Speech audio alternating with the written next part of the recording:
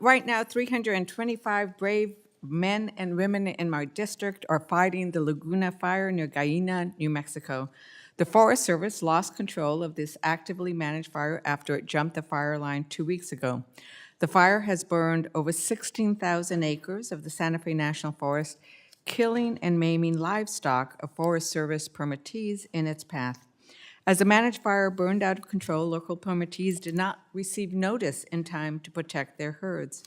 The fire has devastated the livelihoods of the permittees who have grazed cattle on these lands for more than a century.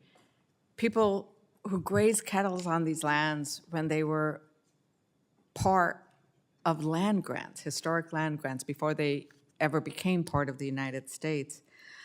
Just 3 years ago, as we've heard, the Forest Service lost control of 2 prescribed fires that started the Hermit's Peak Calf Canyon Fire, the worst wildfire in New Mexico's district.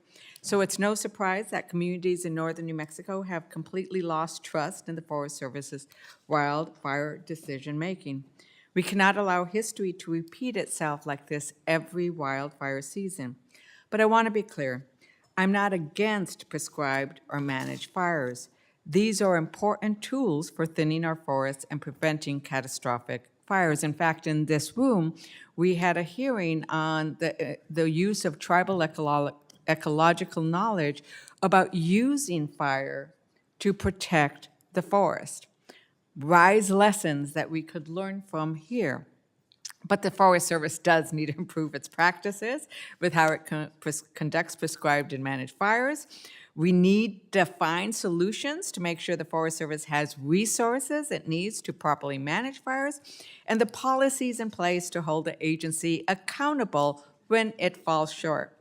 I do appreciate that Mr. McClintock's bill today includes my amendment from last Congress that instructs the Forest Service to use infrared technologies to monitor prescribed burns and updates the agency's prescribed burn fire policies with the lessons learned after the Hermit's Peak Calf Canyon fire.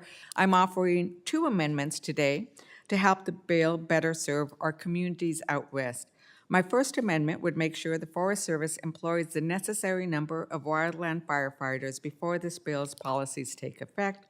And my second amendment is heartbreaking when I will discuss it later, but it would require that the Forest Service compensate permittees who lose livestock or structures due to prescribed burns that burn out of control.